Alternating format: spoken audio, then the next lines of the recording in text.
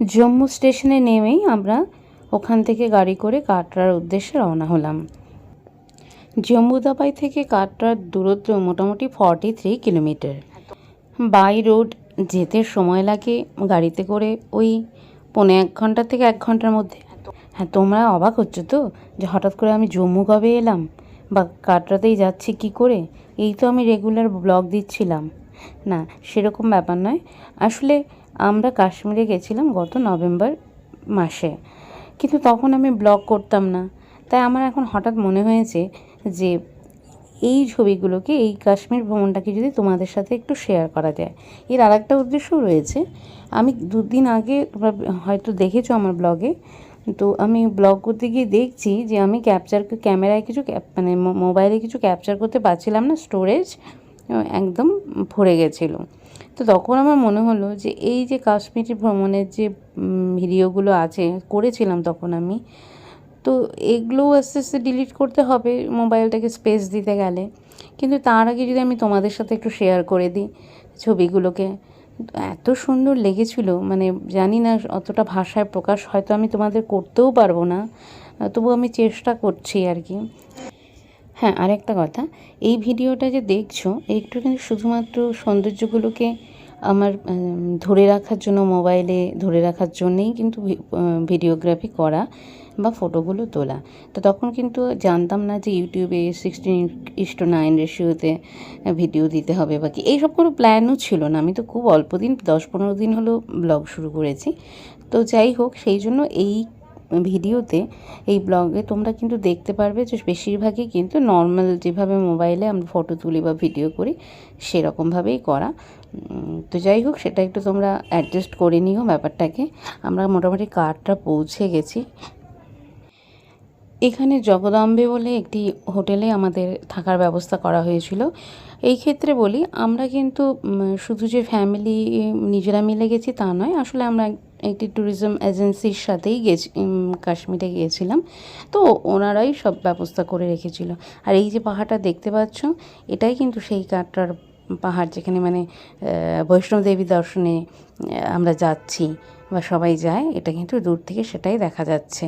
আমরা মোটামুটি কাটরার ভেতরে ঢুকে গেছি। এবার শুধু হোটেল পৌঁছতে হবে আর কি, সেই রাস্তা ধরে গাড়িটা এগোচ্ছে। আর এই পাহাড়টা রাত্রিবেলায় যে এত সুন্দর লাগে, খুবই সুন্দর লাগে। সেই রাস্তাটা লাইটগুলো জ্বলতে থাকে, দূর থেকে দেখা যায়। কিন্তু দুঃখের বিষয়, সেই রাত্রিবেলায় ভিডিওটা এখানে নেই। আমি তখন আর সেই ভিডিওটা করিনি, তবে কিছু স্টিল ফটো নিয়ে রেখেছিলাম। দেখি সেগুলোই হয়তো তোমাদের সাথে শেয়ার করব যদি পাওয়া যায়। এই যে পাহাড়টা দেখছো, এই পাহাড়ের চূড়ায় পিছন সাইডে, মানে পিছন সাইড বলতে পাহাড়টা ঠিক যেই পাশটা দেখা যাচ্ছে না মনে করো, সেই সাইডেই মাতা বৈষ্ণোদেবী মন্দির রয়েছে। তো এখানে যেদিন আমরা গেছি, কাটরাতে পৌঁছলাম, মানে যেই দিনে ভিডিও দেখাচ্ছি সেই দিন রাত্রেই আমরা সেই মন্দির দর্শনের জন্য রওনা হয়েছিলাম। আমরা মোটামুটি 4:30 নাগাদ, 4:30 পৌনে 5টা নাগাদ এই কাটরাতে এসে পৌঁছাই, হোটেলে যাই। আসলে আমরা যে ট্রেনে এসেছিলাম কলকাতা স্টেশন থেকে, সেই ট্রেনটা বহু লেট করেছিল, মানে ওখান থেকে ছাড়তেই ট্রেনটা লেট ছিল, আর তারপরে বহু লেট করে ফেলেছিল, যার জন্য আমাদের একটু কাটরা পৌঁছতে দেরি হয়ে যায়। আমরা পৌঁছোই তখন প্রায় হোটেলে পৌঁছোই বিকেল হয়ে গেছিলো। হোটেলে পৌঁছে আমরা ফ্রেশ হয়ে নিয়ে আমরা লাঞ্চ করি। হ্যাঁ, লাঞ্চই বললাম, কারণ বিকেলে পৌঁছলেও আমরা সেই সময় কিন্তু ভাতই খেয়েছিলাম, কারণ আমাদের তো দুপুরেই পৌঁছানোর কথা ছিল, তাই আমাদের জন্য ভাতের ব্যবস্থাই করা হয়েছিল। আর একটা কথা বলি, কাটরাতে কিন্তু সবসময় নিরামিষ রান্না হয়। ওখানে কিন্তু মাছ, মাংস, ডিম কোনো হোটেলেই হয় না। তা সেই কারণে আমরা গিয়ে পৌঁছে নিরামিষ খাবারই খাই, এবং যে 2 দিন আমরা কাটরাতে ছিলাম সব সেখানে নিরামিষই খেয়েছিলাম, কারণ এখানে সিস্টেমই নেই কোথাও কোনো মাছ, মাংস বা আমিষ খাবার আর কি। তো যাই হোক, খেয়ে দিয়ে নিয়ে, আর খুব খিদেও পেয়ে গেছিলো, কারণ ট্রেনটা তো যথারীতি লেট করেছে। তবু সকালে আমরা ব্রেকফাস্ট করেছিলাম ট্রেনে, কিন্তু ট্রেন থেকে নামার পরে সেভাবে আমাদের আর কিছু খাওয়া হয়নি, সেই জন্য তাড়াতাড়ি আমরা লাঞ্চ করে নিলাম। তোমাদের যে বললাম রাত্রেবেলা পাহাড়টা দেখতে কেমন লাগে, ওই দেখো। হোটেলে সন্ধ্যায় চা আর জলখাবার খেয়ে আমরা ঠিক 7টার সময় বেরিয়ে পড়ি। আমাদের তেমনটাই বলা ছিল যে 7টার সময় বেরোতে হবে, কারণ আমাদের এন্ট্রি পাস যেটা পড়ছি সেটা নিতে হবে। তো সমস্ত প্রমাণপত্র দেখে আমরা পর্চি নিয়ে নিই। তবে এটা জেনে রাখো, পর্চি নিতে কোনো টাকা পয়সা কিন্তু কিছু লাগে না, শুধু আধার কার্ড শো করতে হয়, এইসব জিনিস আর কি, আইডেন্টিটির জন্যে, সেফটির জন্যে। তো সেসব নিয়ে আমরা অটো করে চলে আসি মেন গেটের সামনে। সেখান থেকেই এন্ট্রিটা শুরু হয়। তোমরা অনেকেই জানো, তবু বলে দিচ্ছি, এই কাটরাতে মাতা বৈষ্ণোদেবী মন্দিরে যেতে গেলে, দেবী দর্শনে যাওয়ার সময় তিনটেভাবে যাওয়া যায়। এক তো পায়ে হেঁটে যাওয়া যায়, আর একটা ঘোড়ায় চড়ে যাওয়া হয়, আর একটি হচ্ছে ডুলি করে যাওয়া যায়। তবে রাতের দিকে কিন্তু ডুলিটা বন্ধ থাকে। আমার আর বাবুর হেঁটে যাওয়ার কথা ছিল, আর মা আর কোনার বাবু তারা ডুলিতে যাবে এরকম ঠিক হয়েছিল। কিন্তু পরে ডুলিটা বন্ধ থাকায় আমরা হেঁটে রওনা শুরু করি, কিন্তু মার পক্ষে সেটা সম্ভব না, আর বাবুর বাবার পক্ষেও সম্ভব না। তো ওরও সদ্য একটা অপারেশন হয়েছে। এদেরকে একবার দেখো, সারা রাস্তা জুড়েই এরা রয়েছে, তবে সত্যি কিছু করে না। আমরা দেখেছি, আমরা কোনো রকম অত্যাচার করা, কিছু কেড়ে নেওয়া, কেড়ে অবশ্য নিয়েছিল একটা জিনিস, মানে যখন পুজো দিয়ে আমরা আসি তখন আমার হাতের থেকে ওই পুজোর যে প্রসাদের ব্যাগটা সে নিয়েছিল, কিন্তু আদারওয়াইজ আর কিছু কোনো অসুবিধা করেনি। তো যে কথাটা বলছিলাম, যেহেতু ওদের পক্ষে হাঁটা সম্ভব ছিল না, তাই প্রথমে ওরা দুজন ঘোড়া নিয়ে নেয়। আমি কিছুতেই ঘোড়ায় উঠবো না, আমি আর বাবু হেঁটেই যাবো। তবে কিছুক্ষণ যাওয়ার পরে দেখি বাবুর শরীরটাও সেদিন খুব খারাপ ছিল, তো ও আর পারবে না মনে হলো, তখন অগত্যা ঘোড়া নিলাম। আমি তো ঘোড়ায় চড়তে ভীষণ ভয় পাই, তো খুব ভয়ে ভয়েই চড়লাম ঘোড়াতে। তবে অবশ্য পরে আর কোনো অসুবিধা হয়নি, কিন্তু প্রথমে খুব ভয় লাগছিলো। কি বড় বড় ঘোড়া, উঁচু উঁচু। আস্তে আস্তে ওঠো, আস্তে আস্তে ওঠো।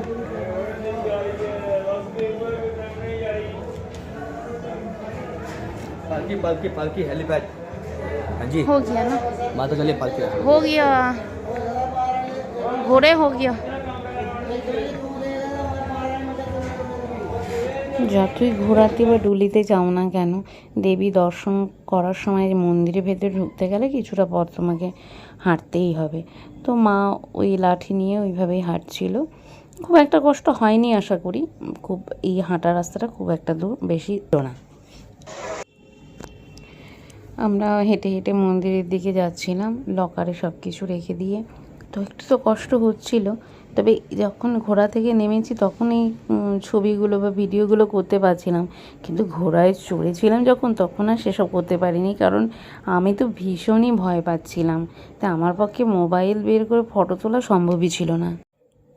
মা আর বাবুর বাবা যেহেতু আগে রওনা হয়েছিল, তাই ওরা অনেকটা এগিয়েছিল, 1-1.5 কিলোমিটার আগে, মানে ডিস্টেন্স সবসময় আমাদের মধ্যে ছিল।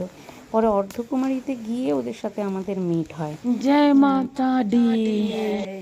তবে ওপরে খুবই ঠান্ডা, আর যেহেতু রাত্রিবেলা তাতে ঠান্ডাটা আরো বেশি লাগছিল। এবার কোন দিক দিয়ে আসতে বললো? সিঁড়ি দিয়ে বোধহয় আসতে, বাবা এটা খুব উঁচু। তবে 4 ঘন্টার মতো ঘোড়ায় বসে থাকাটাও কিন্তু একটা কষ্টকর, তাতেও শরীরে বেশ ভালোই কষ্ট হয়। তাই আমরা ফেরার সময় আর ঘোড়া করে ফিরিনি, আমরা তখন হেলিকপ্টারে করেই ফিরেছিলাম।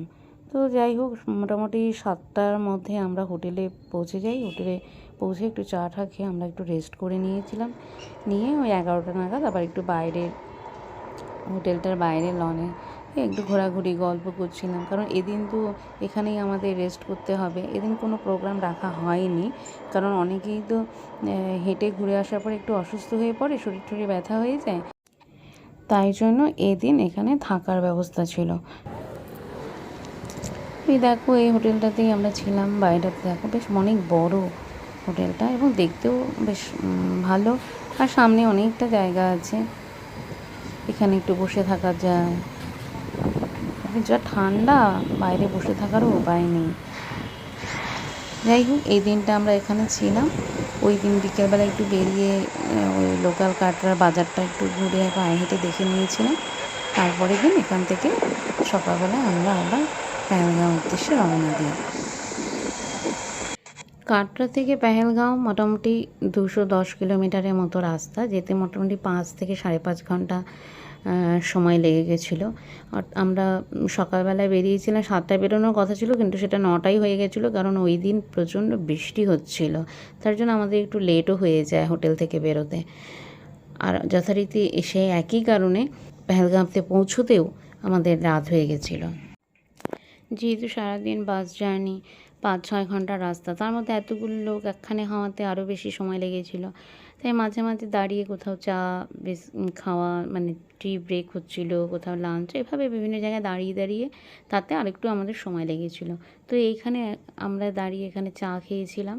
তো বৃষ্টি এদিকে দেখো পাহাড়ের মাঝখান দিয়ে মেঘ ভেসে আসছে, সে এক অপূর্ব সৌন্দর্য, যদিও মোবাইলে সেটা ক্যাপচার করা যায়নি।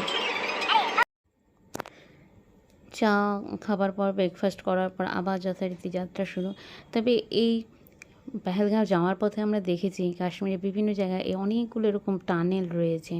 হ্যাঁ, এক একটা শ্যামাপ্রসাদ মুখার্জি টানেল হচ্ছে বোধহয় সব থেকে বড়। আর আরও কয়েকটা টানেল আছে, সবগুলোর নাম মনে নেই। তবে এটা এখন যে টানেলটা ভেতর দিয়ে যাচ্ছি, এটা শ্যামাপ্রসাদ মুখার্জি টানেল। এটা ক্রস করতে প্রচুর সময় লেগেছিল, 10 থেকে 15 মিনিট গাড়িতেই লেগেছিল। পুরোটা তো এখানে দেওয়া গেল না, আমি তো এই ভিডিওটাকে যথেষ্ট ফাস্ট করেছি, তারপরেও দেখলাম যে অনেকটা সময় লেগে যাবে এই ভিডিওটা চলতে থাকলে, তার জন্য এটাকে কাট করে এডিটিং করেই দিলাম। হ্যাঁ, তবে বেশ ভালো লাগছিল। দেখো বাইরে কিন্তু আলো, কিন্তু যেই টানেলের ভেতরে ঢুকেছে একদম অন্ধকার, মনে হচ্ছে রাত্রি। হ্যাঁ, তবে বেশ ভালো লাগছিলো, বিভিন্ন জায়গায় আলোগুলো থাকে তো। বেলা বাড়ার সাথে সাথে বৃষ্টিটা কমে গেছিলো, আর যত পেহেলগামের দিকে এগোচ্ছি ততটা ঠান্ডা জাঁকিয়ে বসছিল। আর ওই দেখো মাঝে মাঝে দেখা যাচ্ছিলো একটু একটু করে বরফ। আর আমরা হুমড়ি খেয়ে সব জানলা দিয়ে সেই ছবি তোলার জন্য ব্যস্ত হয়ে গেছিলাম। যদিও গাড়ির ভেতর থেকে ছবি অতটা ক্লিয়ার আসেনি, তবু প্রথম বরফ দেখার যে আনন্দ, সেটা খুব উপলব্ধি করছিলাম ওই মুহূর্তে বাসে বসে। হ্যাঁ, কোথায় কোথায় কোন এক ফাঁকে একটু বরফ দেখা যাচ্ছে, তো সবাই হুমড়ি খেয়ে জানলা দিয়ে চলো ফটো তোলো, ওই যে বরফ, ওই যে বরফ, ওই দেখো, এরকম করে বেশ মজাও হচ্ছিল। কিন্তু পেহেলগামে পৌঁছানোর একটু আগেই গাড়ি আবার হঠাৎ করে দাঁড় করিয়ে দিয়ে বললো এখানে নামতে হবে, নামুন সবাই। তো নামলাম, নেমে দেখছি যে আপেল বাগান। তো আপেল বাগানে ঢুকে গেলাম আমরা।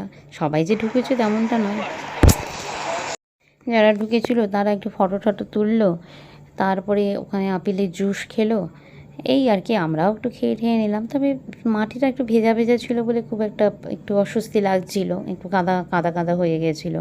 সারাদিন তো বৃষ্টি হয়েছে, যদিও দুপুরে পরে রৌদ্র উঠেছিল, কিন্তু মাটিটা শুকোয়নি। তো আপেল বাগানে ঘোরাঘুরি করে আমরা আবার বাসে উঠে আবার যথারীতি পেহেলগামের উদ্দেশ্যে রওনা দিই। এখান থেকে পেহেলগাম খুব একটা দূরে ছিল না।